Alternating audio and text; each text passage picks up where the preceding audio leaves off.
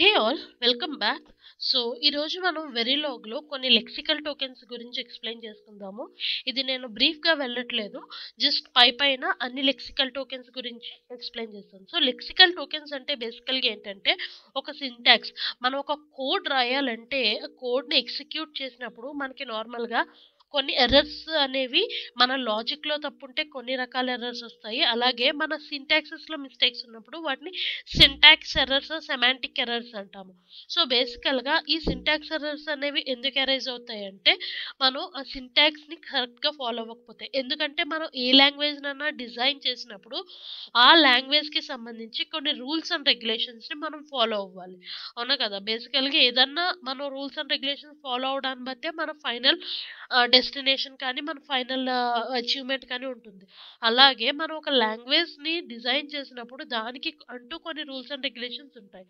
ఆ rules and రెగ్యులేషన్స్ని మనం lexical tokens అంటాం. సో ఈ లెక్సికల్ టోకెన్స్ అనేవి చూడడానికి చాలా ఈజీగా, లేదు ఇది కూడా నేర్చుకోవాలా అనే అన్నంత ఇదిగా ఉంటాయి. బట్ ఇవి చాలా ఇంపార్టెంట్. ఎందుకంటే బేసికల్గా ఎంత if you are a fresher, like already codes గురించి తెలిసి రాసిన వాళ్ళకి ఇవి అలవాటు అయిపోతాయి. బట్ యాజ్ ఎ ఫ్రెషర్ మీరు కోడ్స్ ఇప్పుడే స్టార్ట్ చేస్తున్నారు రాయడం, మేము రాస్తున్నాం కోడ్స్ అనుకున్నప్పుడు మీరు ఫస్ట్ ఫేస్ చేసే ఎర్రర్ వచ్చేసి lots of syntax errors. Okay, మీరు ఒక కోడ్ని మీ ఓన్గా రాసి ఎగ్జిక్యూట్ చేసినప్పుడు మీ మీ కోడ్లో మాక్సిమం 60 to 70% వచ్చేసి సింటాక్స్ ఎర్రర్స్ అరైజ్ అవుతాయి. మిగతా 30% వచ్చేసి లాజిక్. ఓకే, సో బేసికల్గా ఈ సింటాక్స్ ఎర్రర్స్ కొన్ని based on the tool you are using కొన్ని ఇగ్నోర్ చేసేస్తాయి సింటాక్స్ ఎర్రర్స్. కొన్ని సింటాక్స్ ఎర్రర్స్ కొన్ని టూల్స్ ఇగ్నోర్ చేస్తాయి, కొన్ని టూల్స్ ఇగ్నోర్ చేయవు. అవి కూడా based on the tool you are using కూడా ఈ సింటాక్స్ ఎర్రర్స్ అనేవి అరైజ్ అవ్వకపోవడం కూడా ఉంటుంది. బట్ సింటాక్స్ ఎర్రర్స్ అనేవి మెయిన్లీ మీరు ఈ లెక్సికల్ టోకెన్స్ గురించి, అంటే ఈ రూల్స్ అండ్ రెగ్యులేషన్ గురించి తెలుసుకోకపోవడం వల్ల, క్లియర్గా గుర్తుండకపోవడం వల్ల, అర్థం చేసుకోకపోవడం వల్ల వచ్చేది మాత్రమే.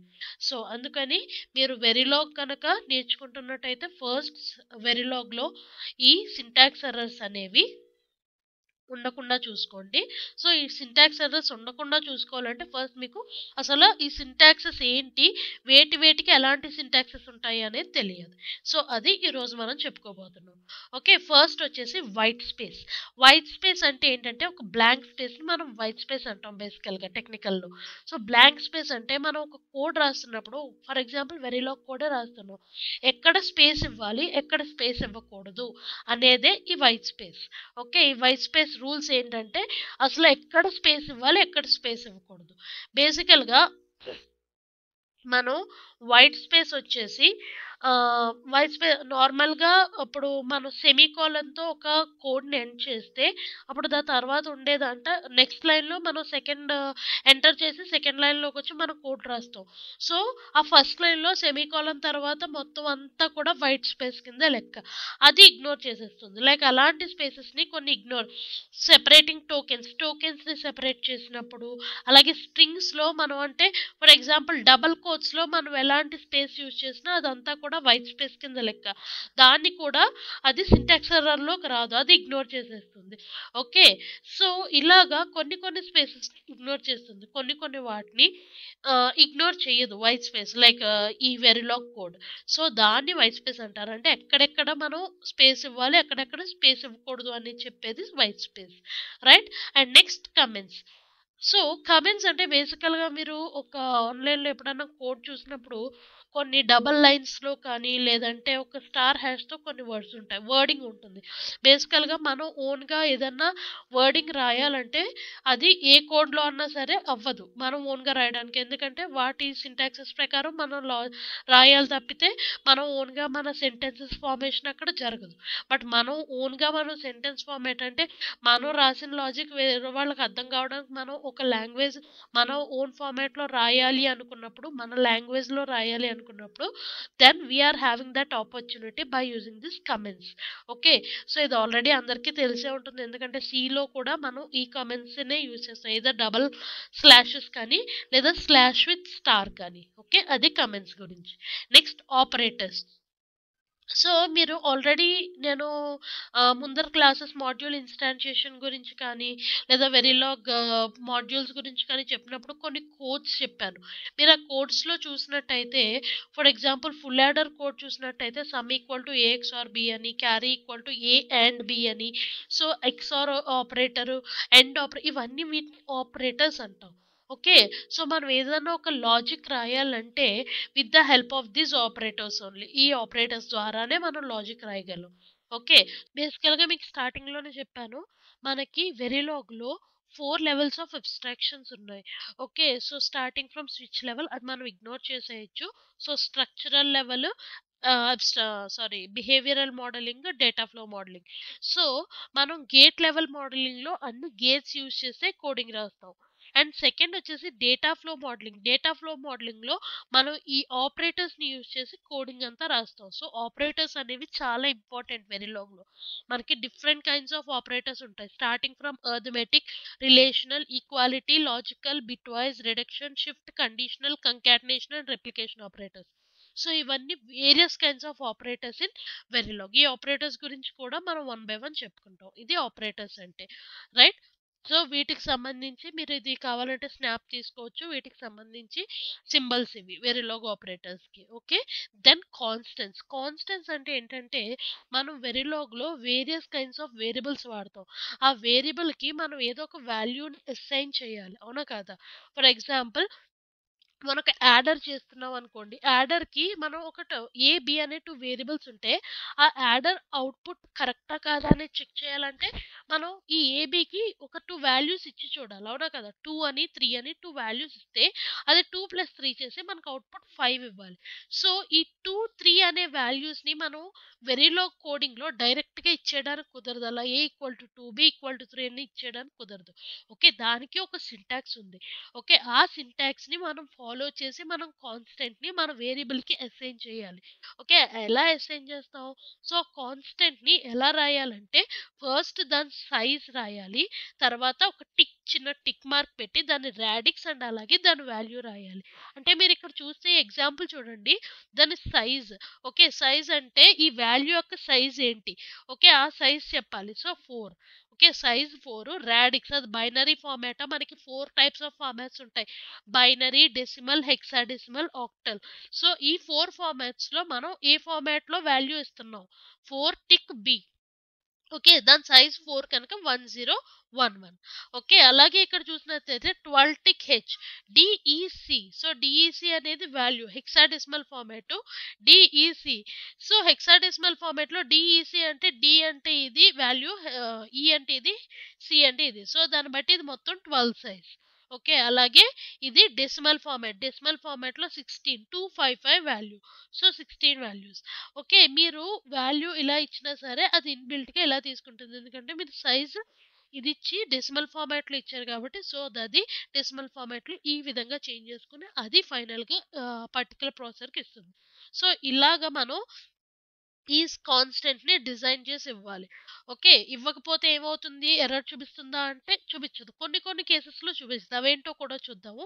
సో, బేసికల్‌గా ఇలా ఇంత ఫర్ ఎగ్జాంపుల్ మనం 16 బిట్ కానీ, 32 బిట్ కానీ ఇచ్చినప్పుడు మనం ఒక్కసారే సడెన్‌గా చూసినప్పుడు మనకి ఈ వాల్యూస్ అనేది ఎంత అనేది క్లియర్‌గా అర్థం కాదు కనుక, మనం బేసికల్‌గా ప్రతి 4 వాల్యూస్‌కి అండర్ స్కోర్ పెట్టుకునే అవకాశం ఉంటుంది. ఒకవేళ మనం 4 వాల్యూస్ తర్వాత అండర్ స్కోర్ పెడితే అది పర్టిక్యులర్ మనం రీడబిలిటీ కోసం పెట్టామని చెప్పి ఇగ్నోర్ చేసేస్తుంది. మన సిమ్యులేటర్ వచ్చేసి 4 నంబర్స్ తర్వాత అండర్ స్కోర్ ఇలా నంబర్స్ మధ్యలో అండర్ స్కోర్ వస్తే అది జస్ట్ రీడబిలిటీ పర్పస్ అని ముందే డిజైన్ చేసి ఉంటాం కనుక సో, దాన్నది ఇగ్నోర్ చేసేస్తుంది. ఓకే. సో, ఇలా మనం కాన్స్టెంట్‌ని రాస్తాం. సో, ఈ కాన్స్టెంట్స్‌లో మనకి ఇక్కడ మనం చూసినట్టయితే ఇక్కడ చూడండి. ఇక్కడ జస్ట్ 1, 2, 3, 4 అని ఇచ్చేసాం. మనం దానికి సైజ్ కానీ లేదా అది ఏ ఫార్మాట్ హెక్సాడెసిమల్ అనేది ఏది ఇవ్వలేదు. సో, ఇలా ఇవ్వనప్పుడు వీటిని మనం ఏమంటామంటే అన్‌సైజ్డ్ నంబర్. ఓకే. అన్‌సైజ్డ్ నంబర్ అంటే మనం సైజ్ ఇవ్వలేదు, ఫార్మాట్ ఇవ్వలేదు. సో, ఇలా మనం ఒక నంబర్ ఇస్తే అది ఏం చేస్తుందంటే బై డిఫాల్ట్ 32 బిట్స్ తీసేసుకుంటుంది. ఓకే. సో, మీరు ఇచ్చేది చిన్న నంబర్ అయినా సరే ఎయిదర్ 1, 2, 3, 4 కాదు. మీరు జస్ట్ 1 అనే నంబర్ ఇచ్చినా సరే, అది దానికి 32 బిట్స్ సైజ్‌ని, మెమరీని క్రియేట్ చేసేస్తుంది. Okay. By default 32 bits create చేసేస్తుంది. అండ్ బై డిఫాల్ట్ డెసిమల్ నంబర్‌ని సెట్ చేసేస్తుంది. మీరు ఏది ఇవ్వకపోతే అది బై డిఫాల్ట్ డెసిమల్‌లో తీసుకుంటది. లేదు నాకు హెక్సాడెసిమలే కావాలి అనుకుంటే మాత్రం మీరు ఖచ్చితంగా హెక్సాడెసిమల్ ఫార్మాట్ అని దానికి ముందే మెన్షన్ చేయాలి. ఓకే. ఇక్కడ మీరు చూసినట్టయితే టిక్ హెచ్‌సి5 అంటే మీరు సైజ్ ఇవ్వలేదు. సో, హెచ్‌సి5 అని ఇచ్చారు. అంటే ఏంటి? ఫార్మాట్ హెక్సాడెసిమల్‌లో ఉంటది. మీరు సైజ్ ఇవ్వలేదు కనుక బై డిఫాల్ట్ 32 తీసేసుకుంటది. ఇక్కడ అంతే. చూడండి, సైజ్ ఇవ్వలేదు కనుక 32 బై డిఫాల్ట్ తీసుకుంటుంది. బట్ ఆక్టల్ నెంబర్ ఓ ఇచ్చారు కనుక ఆక్టల్ నెంబర్ అని కన్సిడర్ చేస్తుంది. ఓకే. సో, ఇది సైజ్డ్ వర్సెస్ అన్‌సైజ్డ్. సో, బేసికల్‌గా సైజ్ ఇవ్వాలి అంటే మీరు కరెక్ట్‌గా మొత్తం అంతా సింటాక్స్ లెవెల్‌లో సైజు, ఫార్మాట్ అంతా ఇవ్వాలంటే ఈ విధంగా ఇవ్వాలి. మీరు ఇక్కడ ఎగ్జాంపుల్ చూసినట్టయితే ఇలా ఇవ్వాలి. లేదు నాకు సైజు ప్రాబ్లమ్ లేదు, సైజ్ ఇవ్వదలుచుకోలేదు, 32 బిట్స్ తీసుకున్నా పర్లేదు అనుకున్నప్పుడు అట్లీస్ట్ దాన్ని ఏ ఫార్మాట్ అనేది మెన్షన్ చేయాలి. లేదు నేను ఫార్మాట్ కూడా మెన్షన్ చేయనంటే బై డిఫాల్ట్ అది డెసిమల్‌లో తీసేసుకుంటది. ఇది మీరు గుర్తుంచుకోవాలి. ఓకే. సో, ఇది. అలాగే ఎక్స్ఆర్ జీ వాల్యూస్ కూడా సేమ్. లైక్ బేసికల్‌గా ఎక్స్ఆర్ జీ వాల్యూస్ అంటే మన high impedance value and unknown values. So, ఇవి కూడా బేసికల్‌గా మనం ఇచ్చే సైజ్‌ని బట్టి అవి ఆహ్, ఆహ్, ఇదై లైక్ డిసైడ్ అవుతాయి. అది ఏంటి అనేది. ఫర్ ఎగ్జాంపుల్ ఇక్కడ చూసినట్టయితే 12 కనుక లాస్ట్ 4 ఎక్స్ కింద డిజైన్ అవుతాయి. ఓకే. సో, ఇది. అండ్ అలాగే నెగెటివ్ నంబర్స్ ఇవ్వాలి అంటే సో, బేసికల్‌గా ఈ సైజ్ ఇస్తాం గదా! సారీ ఈ సైజ్. సైజ్ బిఫోరే మనం మైనస్ మెన్షన్ చేస్తే అది నెగెటివ్ నంబర్. నెగెటివ్ నంబర్ అంటే బేసికల్‌గా 2's కాంప్లిమెంట్ తీసుకుంటది. అది నెగెటివ్ నంబర్ అంటే మైనస్‌లో ఏమి ఇవ్వదు. బట్ పర్టిక్యులర్ ఇప్పుడు ఫర్ ఎగ్జాంపుల్ దీన్ని చూసినట్టయితే దీని అర్థం -3 అని అర్థం. -3 అంటే మనకు అవుట్‌పుట్‌లో 3's కాంప్లిమెంట్ వాల్యూ ఏదైతే ఉందో అది చూపిస్తది. ఓకే. 3కి 2's కాంప్లిమెంట్ వాల్యూ ఏదైతే ఉందో అది చూపిస్తది. -3 అన్నప్పుడు. ఓకే. సో, ఇక్కడ -23 అంటే దాని అర్థం ఏంటి? -23 వచ్చేసి 2's కాంప్లిమెంట్ ఏంటో ఆ వాల్యూ పర్టిక్యులర్‌గా వస్తుంది. అలా అని ఇది ఇవ్వకూడదు. ఇది ఇల్లీగల్ డిక్లరేషన్. ఇక్కడ చూస్తే 8టిక్ డి -3 ఇలా మెన్షన్ చేయకూడదు. మీరు ఎలాంటి నెగెటివ్ నంబర్ మెన్షన్ చేయాలన్నా అది స్టార్టింగ్‌లో మెన్షన్ చేయాలి తప్ప ఇలా మధ్యలో మెన్షన్ చేయకూడదు. ఓకే. సో, ఇది కాన్స్టెంట్స్ గురించి. అండ్ అలాగే కాన్స్టెంట్స్‌లో సైన్డ్ అండ్ అన్‌సైన్డ్ అంటే ఏం లేదు. మనం ఇప్పుడు చెప్పుకున్నాం కదా! మనం సైన్డ్ నంబర్స్ ఇస్తే అది నెగెటివ్ నంబర్స్‌ని కూడా కన్సిడర్ చేస్తుంది. ఓకే. అదే అన్‌సైన్డ్ వాల్యూ అని ఇచ్చామనుకోండి. అన్‌సైన్డ్ వాల్యూ అని ఇస్తే దాని అర్థం ఏంటంటే బేసికల్‌గా ఏదన్నా సరే అన్‌సైన్డ్‌లోనే ఉంటుంది. ఓకే. సో, అన్‌సైన్డ్ అంటే ఓన్లీ పాజిటివ్ వాల్యూస్ మాత్రమే ఉంటాయి.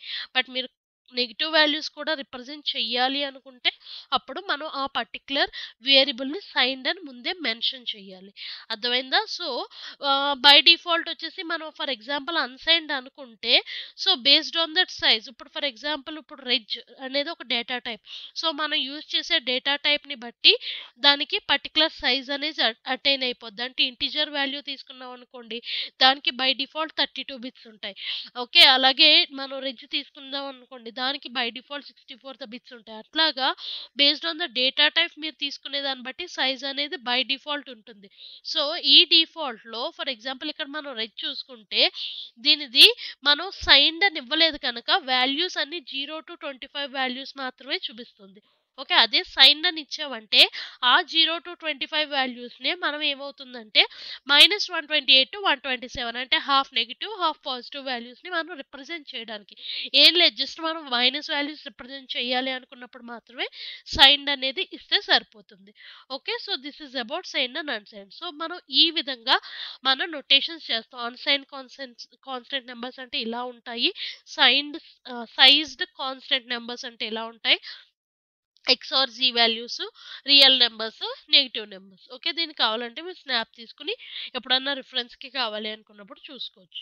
Right. So, this is about the constant numbers. And then coming to identifiers. Identifiers అనేవి చాలా ఇంపార్టెంట్. ఎందుకంటే ఐడెంటిఫైయర్స్ అంటే ఏమీ లేదు. Just naming something. మనం ఇది ప్రతి చోట యూజ్ చేస్తాం. లైక్ మనం దేనికి ఒక మాడ్యూల్‌ని క్రియేట్ చేయాలన్నా, ఒక ఫంక్షన్‌ని క్రియేట్ చేయాలన్నా, ఒక టాస్క్‌ని క్రియేట్ చేయాలన్నా చేయాలన్నా లేదా ఒక మాడ్యూల్ ఇన్స్టాన్షియేషన్ చేయాలన్నా దేనికన్నా నేమింగ్ అనేది ఇంపార్టెంట్. ఎందుకంటే ప్రతిదీ ఇండివిజువల్ ఇన్ నేచర్. మీరు వెరిలో కోడ్ ఆర్టీఎల్ కోడ్ చూసినుంటే మనం ఏది క్రియేట్ చేసినా అది దానికి ఇండివిజువల్గా దాని ప్రాపర్టీస్ ఉంటాయి, దాని ఇండివిజువల్ థింగ్ ఉంటుంది. సో అందుకని ప్రతిదానికి దాని ఇండివిజువల్ నేమ్ అనేది ఖచ్చితంగా ఉండాలి.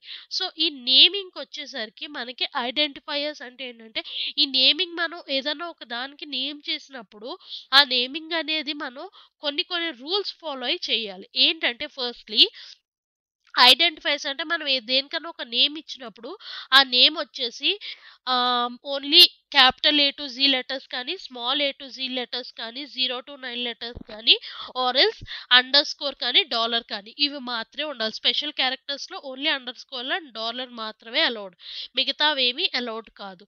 ఓకే, ఇవి కాకుండా మీరు ఏదన్నా నేమింగ్లో పెడితే అది ఎర్రర్ త్రో చేస్తుంది, రైట్. అండ్ అలాగే వెరీలో కేస్ సెన్సిటివ్ కనుక A to Z different, small A to small Z different.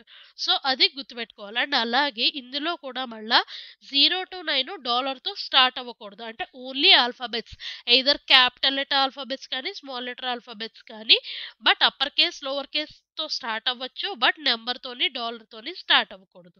Okay, ఇది గుర్తుపెట్టుకోవాలి. అండ్ అది ఓన్లీ నెంబర్స్ని కంటైన్ చేయకూడదు. అట్లీస్ట్ ఒక్క వర్డింగ్ అన్నా ఉండాలి. స్టార్టింగ్ ఎట్లాగా మనకి వర్డే ఉండాలి కనుక ఒక వర్డ్ ఉండి తర్వాత కంప్లీట్ నెంబర్స్ ఉండొచ్చు, బట్ ఓన్లీ నెంబర్స్ ఉండకూడదు. అండ్ అలాగే నేమింగ్లో వైట్ స్పేస్ అలౌడ్ కాదు. చెప్పాను కదా, ఎక్కడ వైట్ స్పేస్ ఉండాలి, ఎక్కడ వైట్ స్పేస్ ఉండకూడదు. నేమింగ్ మధ్యలో ఒక వైట్ స్పేస్ని అది అలౌ చేయదు. ఓకే, అండ్ కీవర్డ్స్ అంటే ఆల్రెడీ మనం తర్వాత నెక్స్ట్ దాంట్లో చూస్తాం కొన్ని కీవర్డ్స్ ఉంటాయి. ఈ కీవర్డ్స్ని మనం నేమ్గా పెట్టుకోవడం కుదరదు. ఓకే, ఇన్బిల్ట్గా కొన్ని కీవర్డ్స్ ఉంటాయి, ఆ కీవర్డ్స్ని మనం పెట్టడానికి కుదరదు. ఒకవేళ పెడితే అది ఎర్రర్లో చూపిస్తుంది, మీరు ఈ పర్టికులర్ వర్డ్ని యూజ్ చేశారో అది కీవర్డ్, సో మీరు నేమ్ మార్చండి అనేది అది ఎర్రర్లో చూపిస్తుంది. ఓకే, నెక్స్ట్ కేస్ సెన్సిటివ్ కనుక చెప్పాను కదా, ఇది ఫర్ ఎగ్జాంపుల్ ఇది హాఫ్ యాడర్, ఇది half adder, name same, but ఇది స్మాల్ హెచ్తో స్టార్ట్ అయింది, ఇది హాఫ్ హెచ్తో బిగ్ హెచ్తో స్టార్ట్ అయింది. సో ఇది ఒక ఇండివిజువల్ నేమ్ కింద అవుతుంది, ఇది ఒక ఇండివిజువల్ నేమ్ కింద అవుతుంది, రెండు సేమ్ కాదు. సో ఇది కూడా మీరు తెలుసుకోవాలి, ఎందుకంటే వెరీలాగ్ అనేది కేస్ సెన్సిటివ్ కనుక. సో ఇలాంటి రూల్స్ అన్ని ఫాలో అయ్యి మీరు మీ నేమింగ్ అనేది చెయ్యాలి. ఓకే, సో ఇది ఇందులో మీరు చూసినట్టయితే ఇందులో కొన్ని వ్యాలిడ్, కొన్ని ఇన్వాలిడ్. ఎందుకు అనేది నేను ఆల్రెడీ ఇందులో ఎక్స్ప్లెయిన్ చేశాను కాబట్టి మీరు ఒకసారి చూడండి, మీకు అర్థమవుతుంది, right. So next escaped identifiers అంటే లేదు నాకు ఇలాంటివి ఏమీ ఫాలో అవ్వాలని లేదు, నాకు ఈ రూల్స్ రెగ్యులేషన్స్ ఏం అక్కర్లేదు, నేను ఇష్టం వచ్చినట్టు నేమింగ్ చేస్తాను, బట్ అది అలౌ చెయ్యాలి అంటే దానికి మనకి ఒక వే ఉంది, అది ఎస్కేప్డ్ ఐడెంటిఫైయర్స్. అంటే ఈ ఐడెంటిఫైయర్స్ యొక్క రూల్స్ అండ్ రెగ్యులేషన్స్ ఏమీ ఫాలో అవ్వకూడదు అనుకుంటే మనం ఏ నేమ్ అయితే పెడదాం అనుకుంటున్నామో దాని ముందు ఒక బ్యాక్ స్లాష్ పెట్టామంటే అప్పుడు ఆ సిమ్యులేటర్కి అర్థమవుతుంది, yes, so this is then escaped identifier. So అది ఎలాంటి రూల్స్ అండ్ రెగ్యులేషన్స్ ఫాలో అవ్వనవసరం లేదు. ఓకే, అని దానికి అర్థమవుతుంది. సో ఈ ఎస్కేప్డ్ ఐడెంటిఫైయర్ ఎలా డిజైన్ చేయాలి, starting with back slash and లాస్ట్లో కొంచెం స్పేస్ వదలాలి, వైట్ స్పేస్ ఉండాలి.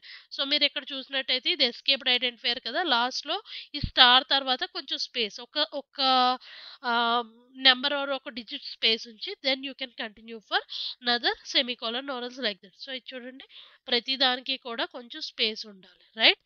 సో ఇక్కడ మీకు తెలియకపోవచ్చు, బట్ మీరు ఒక ఈడిఏ ప్లేగ్రౌండ్ ఏదన్నా ఒక ప్రోగ్రామ్ ఇచ్చి చూడండి, సో దట్ మీకు ఈజీగా అర్థమవుతుంది, రైట్. సో ఇది ఎస్కేప్డ్ ఐడెంటిఫైయర్స్ అంటే క్లియర్. నెక్స్ట్ కీవర్డ్స్ అంటే వెరీలాగ్లో ఆల్రెడీ కొన్ని వర్డ్స్ ఇన్బిల్ట్గా ఉంటాయి. ఓకే, సో దీనికి సంబంధించి మనకి కొన్ని కీవర్డ్స్ లైక్ గేట్ లెవెల్ అబ్స్ట్రాక్షన్లో మీకు చెప్పాను మనం గేట్స్ యూజ్ చేస్తామని. ఈ గేట్స్ అన్ని ఇన్బిల్ట్గా కూడా మనకి డిజైన్ చేయబడ్డాయి వెరీలాగ్ లైబ్రరీలో.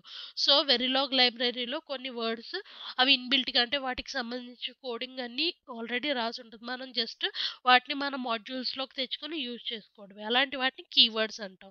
ఓకే, సో చెప్పాను కదా ఈ కీవర్డ్స్ ఏంటిని ఐడెంటిఫైయర్స్తో మిక్స్ చేయకూడదు. ఓకే, సో మనం ఇక్కడ చూసినట్టయితే ఆల్వేస్ అనేది ఒక కీవర్డ్.